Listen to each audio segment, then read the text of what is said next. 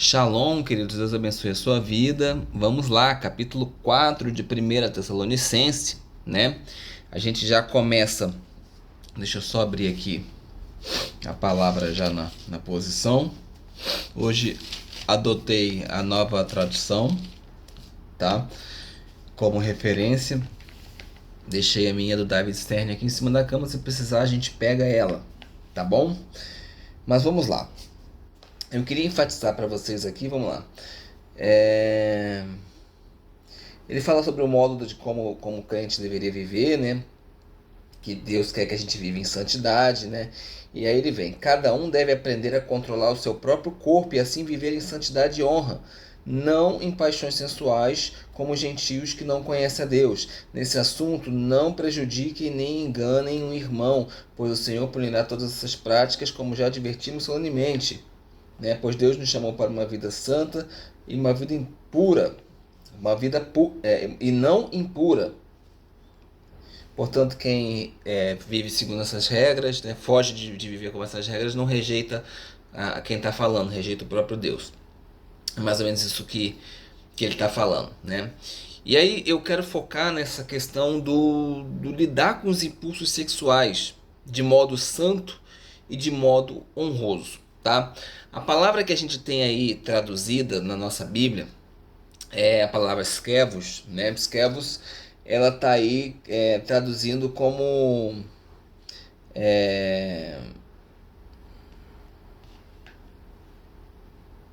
ela tá traduzida aqui nessa versão aqui, ela tá traduzida como paixões sensuais, né?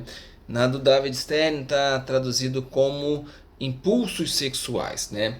E aí o que significa a palavra esquevos? Da onde vem isso, né? Quais são as possíveis traduções que nós temos para essa palavra? Ela pode ser traduzida como coisa, como objeto, como instrumento ou como vaso, tá? São as possíveis traduções. O Dr. David Stern, que é a referência que eu utilizo sempre para trazer aqui os ensinamentos a vocês, ele traduz como uma maneira indireta de se falar o órgão sexual masculino, tá? O órgão genital masculino.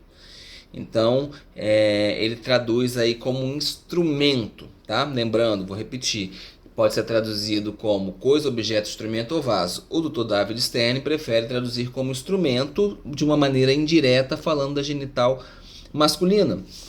Agora, se porventura esquevos aí for traduzida corretamente como vaso, então ela vai ser semelhante ao que está lá, por exemplo, em Cântico dos Cânticos, quando fala sobre a montanha de mirra ou o jardim, que faz uma referência sobre a genital feminina, né? E aí, se for genital feminina, você vai ter 3 possíveis interpretações para ela, né? Qual seria a primeira interpretação? Você deveria tomar para você uma esposa, para você em santidade e em honra, tá? Então você vai trabalhar com a sua esposa de maneira honrosa com ela, sem desonrá-la e em santidade, tá? Esse é o pensamento rabínico. O pensamento rabínico pensa desta maneira, tá? A segunda opção poderia ser: aprenda a viver com a sua própria mulher de maneira santa e honrosa. Ou seja, sai da onde você está com as outras mulheres que vocês estão e viva ali agora com a sua mulher e de forma santa e honrosa. Uma terceira possibilidade seria conduzir, né, a sua vida sexual com a sua mulher de modo santo e honroso. Na minha opinião, as 3 estão certas, né? E todas elas levam a uma interpretação adequada. Então, por exemplo, se eu uso como instrumento masculino, eu, como homem, preciso usar o meu instrumento masculino de forma honrosa. Com quem? Com a minha esposa, automaticamente, de maneira o quê? Santa. Se for referente à mulher, sobre o órgão genital feminino, a mesma coisa, o homem tem que ter a mesma postura, tá? Mas o que é interessante a gente focar aqui é que a Bíblia não é contra o sexo, gente. A Bíblia não é contrária ao sexo, né? A Bíblia é, como Paulo mesmo escreveu, você não ceder aos desejos lascivos, né? Fazendo exatamente como os pagãos faziam, como as pessoas que não conheciam a Deus faziam, tá? Então, a Bíblia é contra o adultério, a Bíblia é contra a fornicação, né? Mas não é contra o ato sexual em si, tá? Desde que ele seja feito da maneira certa, com a esposa que você escolheu para você, de maneira santa e de maneira honrosa. Amém? Bom, seguindo o texto, gente, se a gente for parar... Eu vou espirrar já já, vocês não reparem não. Se a gente for seguindo o texto, no versículo 11 vai estar escrito assim, ó: tenham como objetivo uma vida tranquila, ocupando-se com seus próprios assuntos e trabalhando com as suas próprias mãos, conforme os instruímos anteriormente. E aí ele vai falando toda a sequência, assim, que as pessoas de fora vão respeitar vocês, você não vai depender de ninguém, né? Então ele vai tocando nessa questão. Aparentemente, a preguiça, tá, e a dependência de outras pessoas era uma constante em Tessalônica, tá? Se a gente avança um pouquinho, porventura, e vamos ao segundo capítulo da segunda carta aos Tessalonicenses, se eu for aqui, porventura, no versículo 6, vai estar escrito assim, ó: e vocês sabem o que está detendo, pois ele só pode ser revelado quando sua hora chegar. Peraí, que acho que eu peguei o meu versículo errado aqui, capítulo 3, versículo 6. Né? Agora, irmão, nós lhe damos a seguinte ordem em nome do nosso Senhor Jesus Cristo: mantenham-se afastados de todos os irmãos que vivem ociosamente, né? Ou seja, as pessoas que não fazem nada e não seguem a tradição que recebemos de nós, pois vocês sabem que devem seguir nosso exemplo. Não ficamos sem trabalhar quando estivemos com vocês, nem nos alimentamos às custas dos outros. Trabalhamos arduamente dia e noite a fim de não sermos um peso para nenhum de vocês. Embora tivéssemos o direito de pedir que nos alimentasse, queríamos lhe dar o exemplo, tá? Então, havia ali no meio dos Tessalonicenses, aparentemente, uma preguiça, tá? Ou um excesso de dependência. Um dos motivos para tal pode ser aquilo que vai do versículo 13 em diante, né? Que eles estavam, de certa forma, esperando a volta de Jesus de uma maneira rápida, né? E que eles não precisariam trabalhar mais porque Jesus está voltando. Então, é perda de tempo trabalhar, tá? Então, até hoje, existem seitas que trabalham dessa forma, né? As pessoas anunciam: Jesus está voltando, aí sobe monte, corre para o monte, venda todas as coisas de vocês, tá? Isso não tem nada a ver, tá? Não tem nada a ver. Até porque ali, Mateus 24, a gente tem que aprender a separar, tá? Ali, Mateus 24, parte da profecia está falando sobre a queda do templo e a queda de Jerusalém na década de 70. E parte está falando sobre os momentos finais do mundo com a volta de Jesus, tá? Então tem que ter cuidado. Eu sempre falo, passaram tantas gerações já, como é que fica esse negócio de que não passaram essa geração antes que pedra, né? Antes que todas as coisas se cumpram daquilo que ele está falando ali. Ele está falando do templo, realmente, não passou uma geração, né, do templo, com a queda do templo em Jerusalém na década de 70, tá? E outra coisa que acontecia é que em Tessalônica parecia que o pessoal tinha um pouco de dúvida sobre o destino dos crentes em Jesus que já estavam mortos, tá? Havia ali uma certa dúvida em relação a isso. E outras pessoas também poderiam estar sendo ensinadas de forma equivocada, né? Recebendo aí falsos ensinos, tá? Então, quando a gente entra no versículo 13 em diante, que eu acho que é a parte do texto mais importante, ou pelo menos mais comentada, né? Paulo deixa um ensino de que os crentes em Jesus não se entristeceriam mais a respeito dos irmãos que em fé, né, que já morreram, tá? Porque existe uma verdade automaticamente da parte de Deus, né? E que o próprio Paulo estava ali informando para eles, né, que olha, os demais, né, que não têm a esperança, que não conhecem a Deus, eles realmente podem ficar preocupados, podem ficar tristes com o destino dessas pessoas, porque eles não têm esse conhecimento. Mas vocês, a partir de agora, fiquem cientes de que as pessoas que morreram em Cristo ressuscitarão com Ele naquele dia. né? E é claro que isso não elimina a tristeza de uma pessoa que perde o seu ente querido. A gente perde o ente querido, a gente vai ficar triste. Mas essa tristeza, ela não pode ser uma tristeza, como é que eu posso dizer, sem propósito, uma coisa que vai constante e que nunca passa. Nós temos a confirmação pela palavra de Deus que nós iremos ressuscitar com Ele. Então nós estaremos novamente com essas pessoas. Então a gente deve se alegrar porque elas passaram desse mundo, do sofrimento desse mundo. Nós ficaremos tristes porque sentiremos saudades e amamos aquelas pessoas e não sabemos quanto tempo demorará para que nós venhamos a vê-las novamente. Mas nós temos a consciência de que um dia nós veremos. Tá bom? Então, seguimos o barco. Vamos para o versículo 14, que diz assim, ó: porque cremos que Jesus morreu e foi ressuscitado, também cremos que Deus trará de volta à vida com Jesus todos os que morreram, tá? A temática de Jesus como a primícia dos mortos, que a gente tem lá em 1 Coríntios, faz parte de um dos ensinos mais consistentes de Paulo, e ele vai falar disso em várias das suas cartas. A gente já viu isso em Romanos, capítulo 6, capítulo 8, não vimos ainda em 2 Coríntios, né, capítulo 4, mas já vimos em Colossenses, no capítulo 1, tá?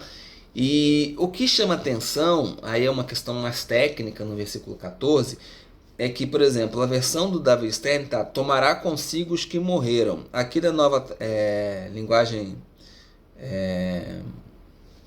que eu sempre esqueço essa versão de cabeça, transformadora, ela vai dizer o seguinte, né? Porque cremos que Jesus morreu, também cremos que ele trará de volta. Ele trará de volta. E a linguagem do David Stern está: tomará consigo.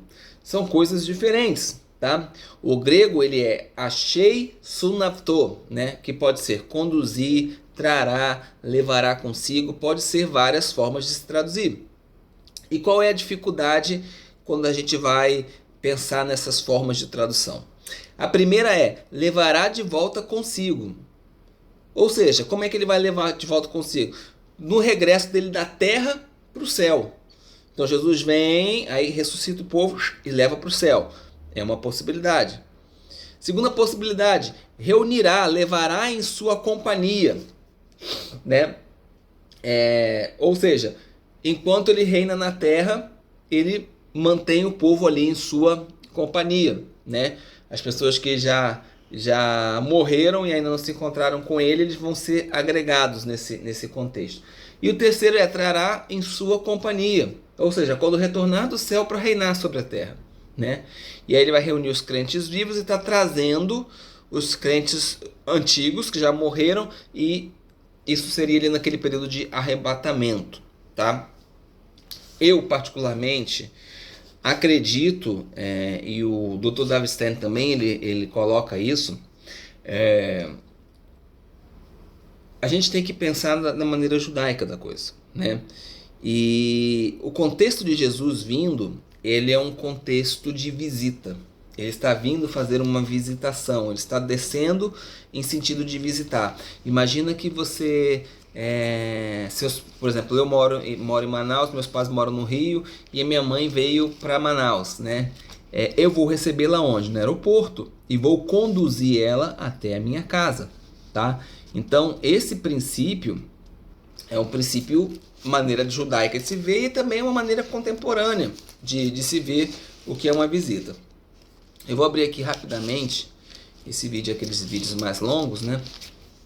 Porque são muitas coisas técnicas. Eu vou abrir aqui Atos capítulo 28.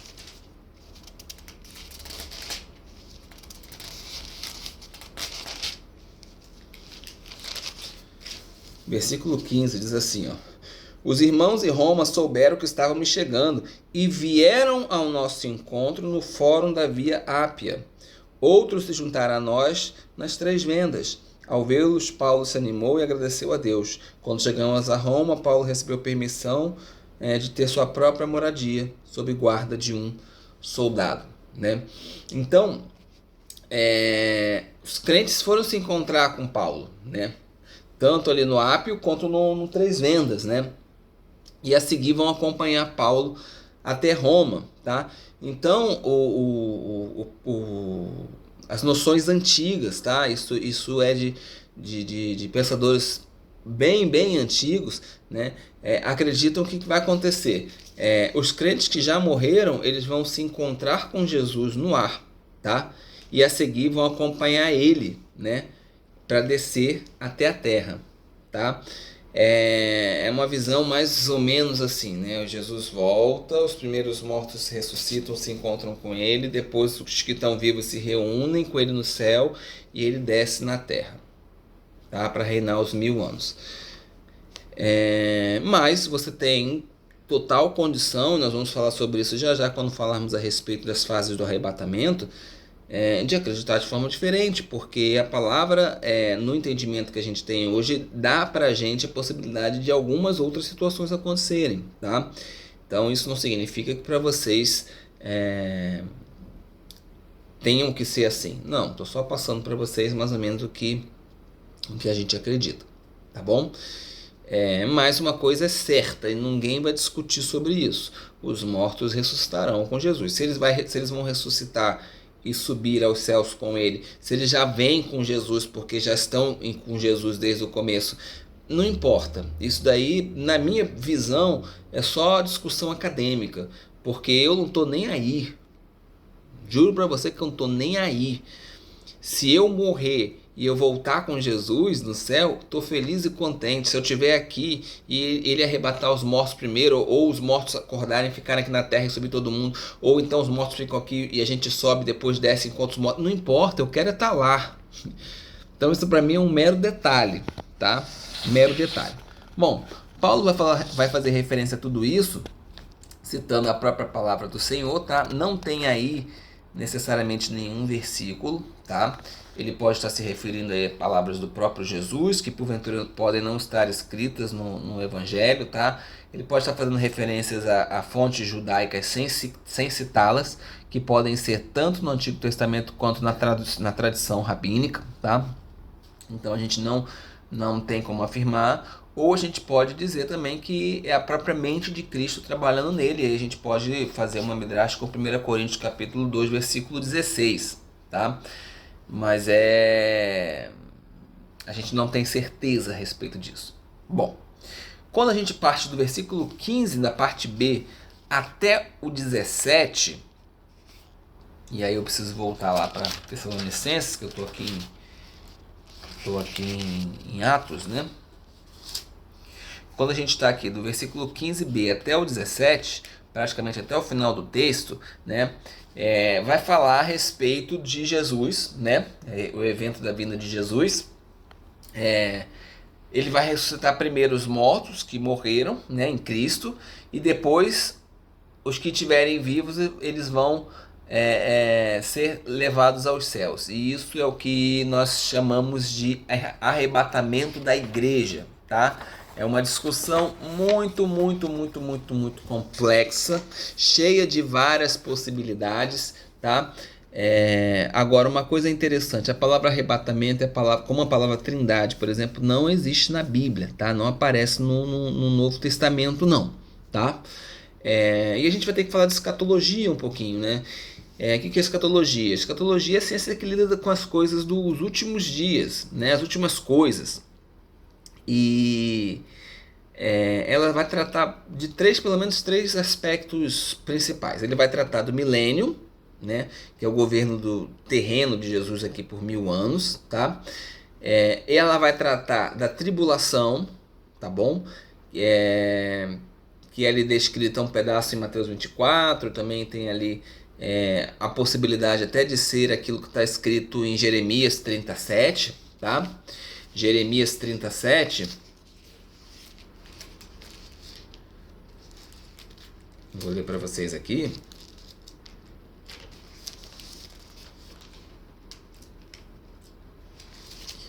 Jeremias 37. Em toda a história nunca houve uma ocasião de tanto terror. Será um tempo de angústia para Israel. No final, porém, ele será resgatado, né?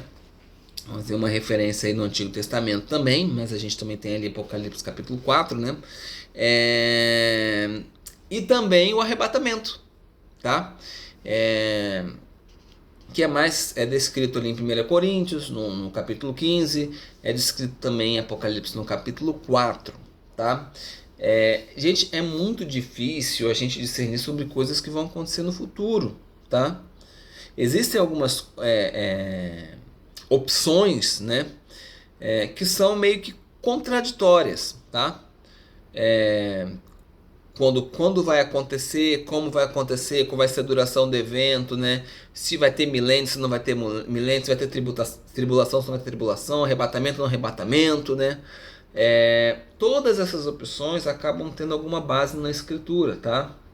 E aí nós vamos discutir primeiro as 3 posições a respeito do milênio, tá? Nós temos 3 formas de pensar no milênio. Nós temos as pessoas que nós vamos chamar de amilenistas. Os amilenistas, eles não acreditam no milênio, tá? Então eles acreditam que Jesus não vai reinar aqui como Messias. Ele vai descer, vai julgar e acabou, tá? Novos céus, nova terra e segue o barco. O segundo pensamento sobre o milênio é que o milênio já está presente, né? Essa é uma posição pós-milenista. E ela pensa o seguinte: olha, Jesus já reina em espírito na terra e a tendência natural é que o evangelho será pregado, né, mais e mais dias, e o mundo vai melhorar. Só que do século XX para cá a gente tem visto que a coisa não tem caminhado muito nesse sentido, tá? O mundo não tem melhorado. Seja sincero e veja o país que nós moramos, o Brasil. É o país que mais acredita em Deus no mundo. No mundo não tem nenhum país que acredita mais em Deus do que o Brasil. Olha a desgraça que é o nosso país. Não era para aqui ser um berço não, mas assim, a estufa do evangelho, não era para aqui as coisas estarem sendo transformadas. Por que não estão sendo transformadas? Porque, infelizmente, as boas novas que nós pregamos muitas vezes não são as boas novas. Ou são deturpadas, né? Isso não significa que as pessoas não estejam sendo salvas. Graças ao bom Deus eu acredito que sim. Mas a gente poderia estar voando assim, anos-luz na frente, sabe? E a gente está batendo cabeça com um copo em cima de água em cima da televisão, com fita amarrada no braço e com prosperidade sendo pregada de qualquer forma. A gente está nesse, infelizmente. Mas graças a Deus que tem congregações que estão se levantando e o Espírito de Deus tem agido fortemente e as pessoas estão começando a enxergar isso. É glória para Deus, entendeu? E a gente fica muito feliz de ver isso, tá? E o terceiro elemento, que é o que eu particularmente acredito, né, que é a posição pré-milenista, né, é que depois da tribulação Jesus retorna para a terra, né, ele vai reinar aqui num período extenso que pode ser de 1000 anos. Aí vai acontecer lá a revolta de Satanás mais uma vez, ele vai ser derrotado, a morte, Deus vai dominar por completo e aí acabou todas as coisas, nós vamos viver numa santa paz e acabou aí tudo para a vida, tá? Agora, quando a gente trata de arrebatamento, aí as 3 primeiras opções, os amilenistas e os pós-milenistas, não tem arrebatamento, tá? Não tem, praticamente Jesus voltando e acabou o milho e acabou a pipoca, como de meu sogro, né? Mas os pré-milenistas, eles acreditam no arrebatamento. Só que mesmo assim, ainda eles acreditam no arrebatamento de formas diferentes, né? Ainda tem essa briga de quando vai acontecer esse arrebatamento, né? Como é que vai ser a tribulação, como é que vai funcionar toda essa questão, né? Então, existem pessoas que acreditam no arrebatamento pré-tribulação. Ou seja, antes de acontecer a tribulação, Jesus vem, a igreja se encontra com ele no ar, é retirada da terra e quem ficar é bumba meu boi. Quem ficar vai passar um tempo aqui e aí nós vamos ter aí 144 mil judeus, tá, que acreditam em Jesus pregando o evangelho nesse período. Eles vão chamar isso de dispensacionalismo, tá? Não gosto muito dessa visualização, acredito que é uma teoria muito recente, tá? É uma coisa que não tem 300 anos. Nós temos o arrebatamento no meio da tribulação como uma outra possibilidade, tá? Então, depois de 3 anos e meio ali de governo de paz do anticristo, aí a igreja vai ser retirada da terra e o restante que ficar, fica aqui sofrendo 3 anos e meio. Tá? Existe essa possibilidade. E a terceira, particularmente aqui eu acredito, tá? É o arrebatamento pós-tribulação, tá? Então o arrebatamento só vai acontecer depois da tribulação. A igreja vai passar por isso aqui, entendeu? Então assim, é meio que impensável, gente. E não vejo isso no Novo Testamento, sabe? Que haja um oferecimento de uma fuga, sabe? De um escape do sofrimento. Pelo contrário, né? O próprio Jesus diz: nesse mundo vocês terão tribulações, né? Então é meio impensável para mim, sabe? Eu vejo Deus, por exemplo, no dilúvio, ele não arrebatou Noé. Ele fez Noé passar pelo dilúvio, mas ele passou e venceu. E venceu. Então, no momento que a igreja mais estiver precisando de pessoas aqui para pregar o evangelho, a gente vai sair daqui? Não consigo conceber, tá? Ah, Juliano, mas Jesus volta, por exemplo, amanhã e vamos dizer que você seja arrebatado antes da tribulação. Amém. Deus é justo e sabe todas as coisas. E eu estou aqui justamente colocando que eu sou limitado. O meu psique é limitado. Entendeu? Eu não consigo entender, mas certamente Deus vai nos mostrar se porventura a gente estiver errado. Tá? Eu não tenho vergonha nenhuma de mudar de ideia se porventura eu descobrir que estou num caminho errado. Tolice seria eu permanecer por conta da minha arrogância, da minha prepotência e do meu ego. Tá? E olha a situação do judeu que acredita em Jesus. Ele fica aqui com o povo, com o judeu que não acredita em Jesus e se identifica com o seu povo, ou ele simplesmente se alia à igreja e vai embora. Olha que situação, né? Ele se identifica com o seu próprio povo, né? Que vai ficar aqui para sofrer, teoricamente, porque não acreditam em Jesus, né? Ou ele vai fugir junto com a igreja. É um negócio meio estranho para entendimento, sim, sabe? Eu sei que hoje é muito fácil a gente dizer, se Jesus volta hoje em Jerusalém, a gente tem internet, todo mundo iria ver, todo mundo conseguiria ver, sabe? Mas, partindo do pressuposto que porventura eu pudesse estar dormindo, ou que eu pudesse estar fazendo qualquer outra coisa que não estivesse mexendo no celular, eu não viria a volta de Jesus. A Bíblia diz que todo olho verá. Então, assim, eu particularmente, isso é um pensamento meu, tá? Meu, não estou dizendo que tem que ser seu. Eu acredito que eu vou estar aqui sentado neste lugar, por exemplo, e aí de repente, como num piscar de olho, eu vou estar lá em Jerusalém. Eu vou ser arrebatado para lá para ver o Jesus vindo sobre a terra. Aí sim, nós vamos descer com ele, aí é como eu acredito, né? Nós vamos descer com ele aqui para viver 1000 anos, né? Nós encontramos com o noivo, a noiva encontra com o noivo, são 7 dias, tá? São 7 dias, que poderia até dizer dos 7 anos aí de tribulação, de repente, né? Também tá vendo como todas as coisas podem se encaixar, a gente tem que ter cuidado. E a gente sei que depois de 7 dias a gente desce. Aí se esses 7 dias são 7 dias literais, se esses 7 dias são 7 dias, 7.000 anos, ou se são 7 anos, né? Eu não sei, tá? Mas eu acredito que logo em breve a gente se encontra com ele no ar e desce na terra, tá bom? Bom, ele vai falar aí também sobre um dos principais anjos, né? Deixa eu ver como é que tá essa versão aqui.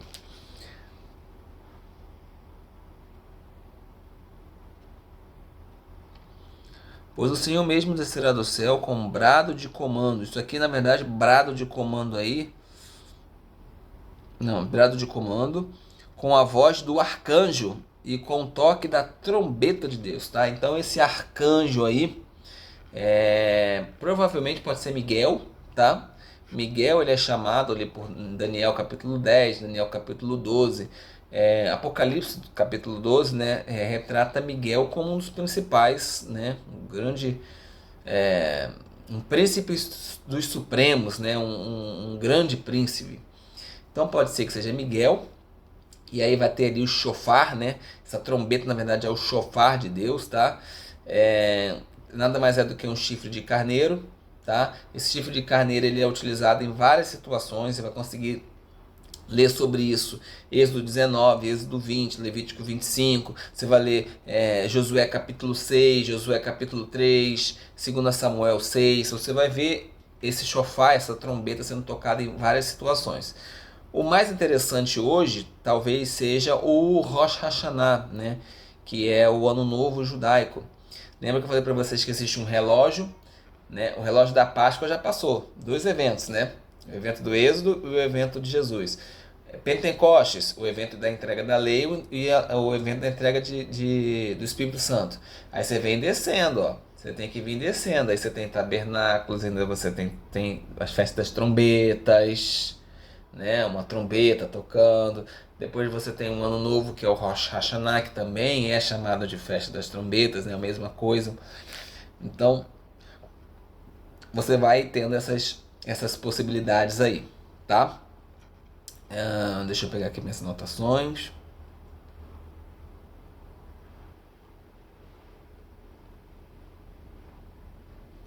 Tá.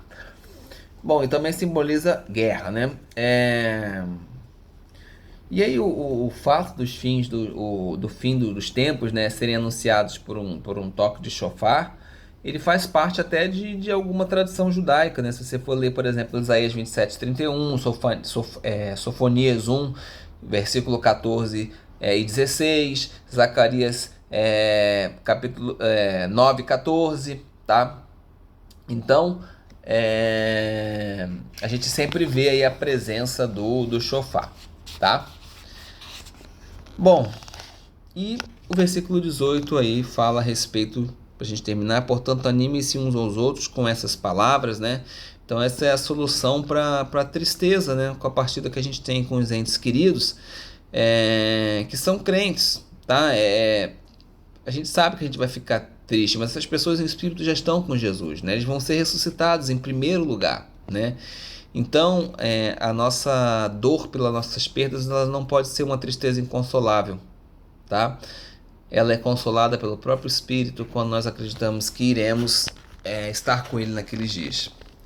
Bom, assunto bem controverso. Se ficar alguma dúvida, se você achar que eu embolou muito aí o assunto, pode perguntar, não tem problema nenhum, tá? A gente vai responder com o maior carinho do mundo. Se a gente não souber, a gente vai pesquisar. A gente não é doutor em teologia, né, no sentido de sermos conhecedores de todas as coisas de Deus. Nenhum homem é capaz de conhecer Deus a todo custo. E nenhum homem é capaz de compreender a palavra 100% no mundo de hoje, tá? Nós temos muitos servos de Deus que buscam fielmente, mas existem alguns pontos que infelizmente se perderam por conta da história, né? Eu gosto do pensamento crítico histórico, então a história nos mostra pelo menos como nós devemos interpretar, como os cristãos daquela época interpretavam, né? Então algumas coisas se perderam, principalmente foram substituídos pelos ensinos greco-romanos. E hoje Deus está restaurando isso. Então existem perguntas que nós não temos respostas 100% ainda, né? Mas são perguntas que não vão abalar nossa fé. Afinal de contas, eu acredito que você, como eu, não importa se vai vir antes, depois, como vai vir, você quer estar lá, né? Importante a gente estar lá com o Senhor. Amém? A gente se vê aí num breve capítulo 5 de Tessalonicenses e que Deus abençoe sua vida. Shalom.